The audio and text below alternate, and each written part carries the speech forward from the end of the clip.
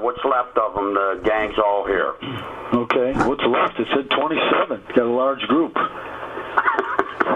We talked last night, so I'll just briefly say what the obvious is. It was, it was fun to win, and I think the team responded very, very well.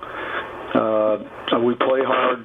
We didn't. It wasn't perfect by any means. There were a lot of things that have got to be improved if we're gonna go forward here. But I certainly was impressed by the way our defense played.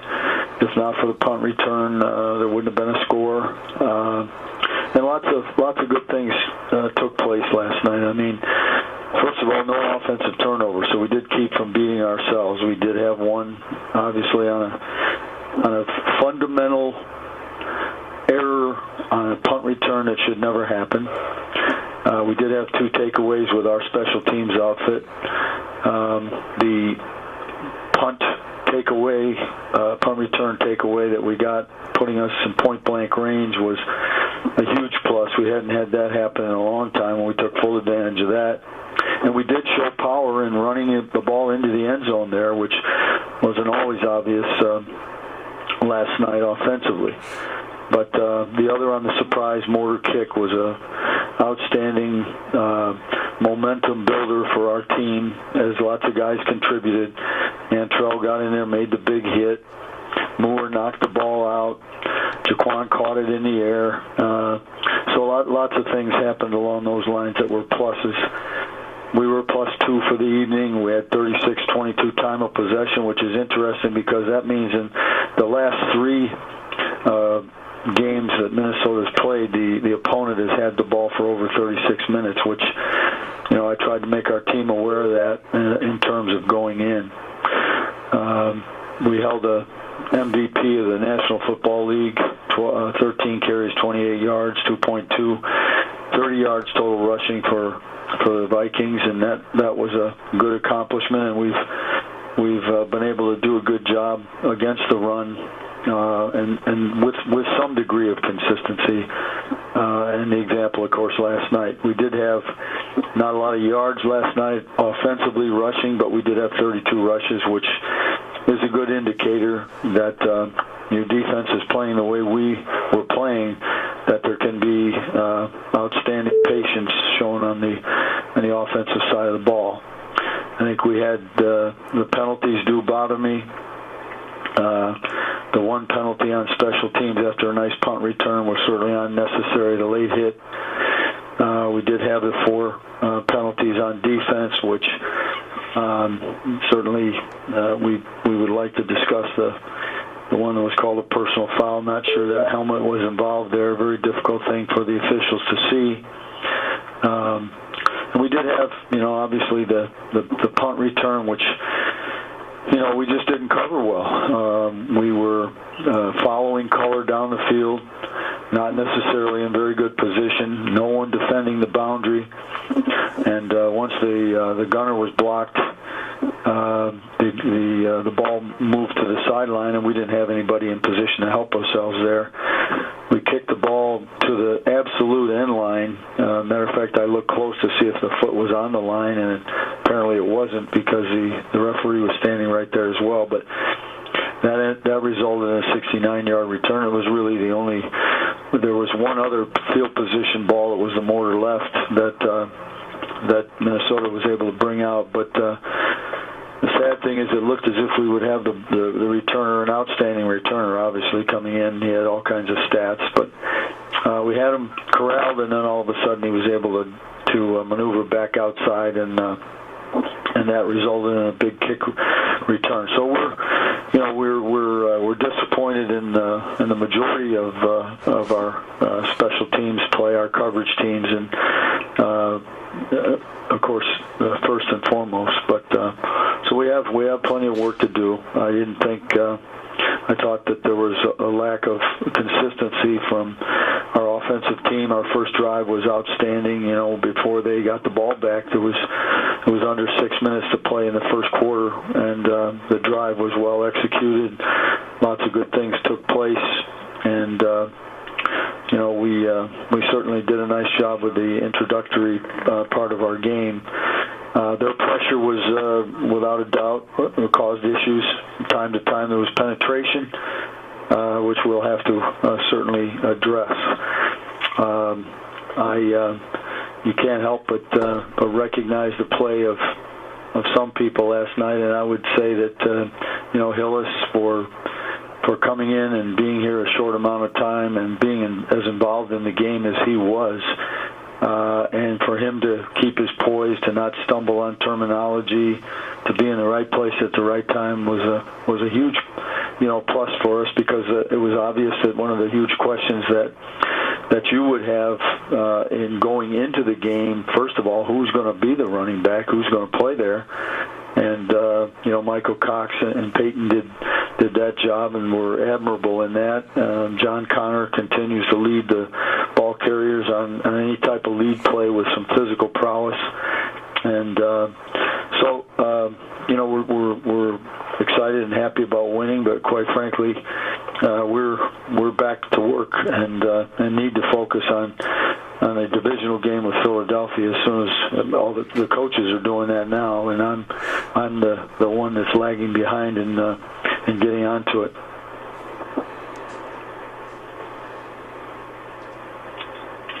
Tom, is there just a different vibe or a different mood in the building today after the first win?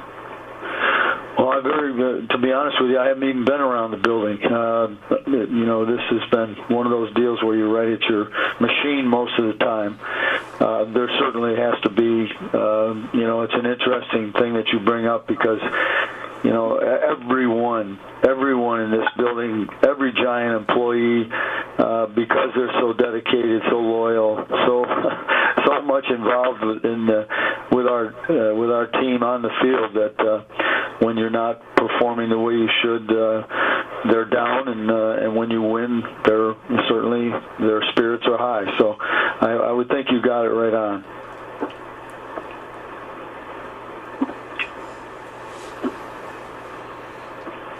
Coach, what's the status? Have you heard anything at all about David Botts, and where do you move forward? No, you know what? They just came in at noon. I haven't been able to see Ronnie Barnes yet, but I know that that's the first question I'll have will be about David.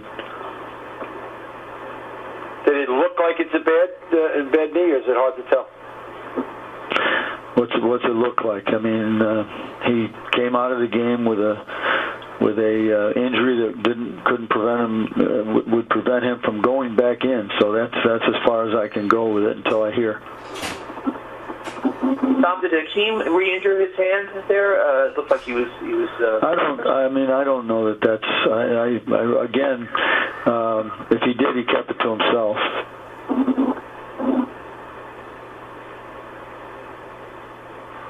Tom, would you say you're kind of waiting on him to make a few more plays this year? It looked like there was a potential for a couple big plays for Hakeem there again today. Well,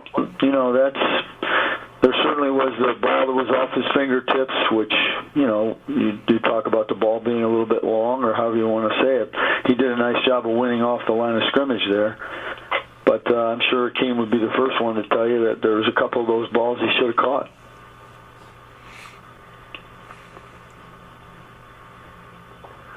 Coach, how much can you expect from Hillis in the future? And did you see things that you maybe be able to use him on a regular basis now? Well, he's pretty much regular last night in a lot of ways. So, I mean, he's, like I say, he was a very welcome addition, and I think he went out on the field, fit right in, and did some good things, and that was very encouraging. I mean, even to the point where the two goal line runs were stout runs in there now. Thought maybe he would have scored with the first one. I think he just tripped up, but the second one for sure he was in the end zone, and I thought there was a nice burst there with power in addition to getting a quick start. Speaking of goal line charges, do you have any idea about Brandon Jacobs coming back next week? I don't. Again, I'll have to see where we're at on that. He he obviously didn't dress yesterday, so he wasn't ready to go. Tom, in a very short period of time, John Beeson seems to have become taken on a central role. Can you talk about what he's brought to the team so far? Well, he's a pro. He's a pro's pro. He's excited. He loves the game. He loves the competition. He's physical. When you listen to him, you know that there's confidence there. He's bright-eyed. He's energetic. He's done a very nice job in a very short amount of time. Coach, do you have a minute to talk about Justin Pugh? I don't have a minute at all, but I'll be glad if you have a question. Is he continuing to play well? I guess I should have phrased it that way in the first place. Well, I think he's improving, I think, on a weekly basis. There's always plays in the game that you would like to have done better. I think his awareness has definitely improved. And, he's not surprised, if you will, by what he sees on the field at this point. And I would expect that it would just continue to get better. Thank you. Tom, did you see signs last night of Jason Pierre-Paul maybe starting to show? Yes. Yeah, I did. I did see.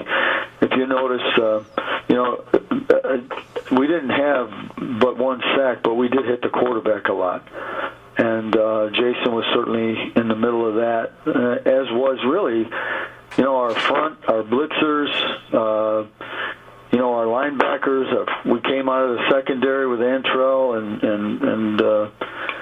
and Will Hill, for example, and they got involved in there, and so I did think that we made steps forward.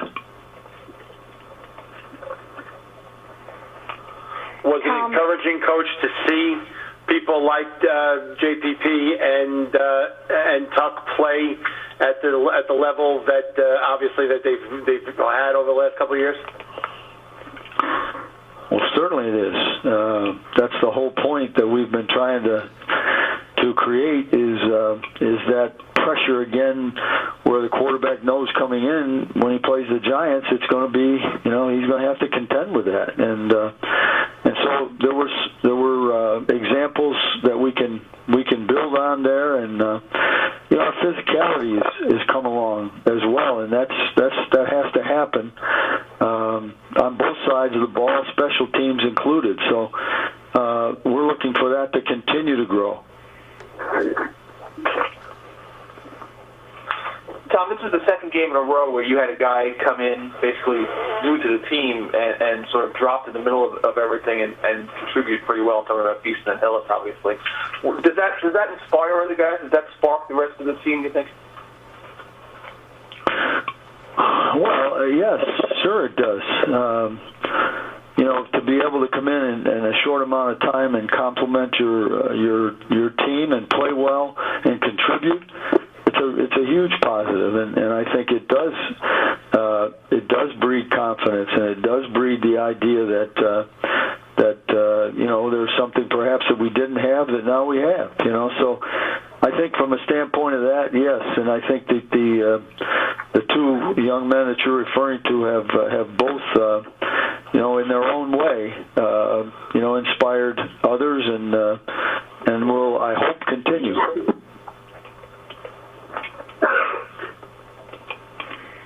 Tom, if I may, last night after the game, Eli said he'd sleep better last night than he has in a long time. And I'm just wondering, in a week where obviously, as you noted, there are corrections to make, I don't want to use the word easy, but is it a different situation when you get to make those corrections and try to get better, but it's after a win? Much easier, I think. I think you can compliment and then you can correct, and the compliments go along with the objective, which is winning, and then you can go into the details of how you're going to improve and what needs to happen in order to improve.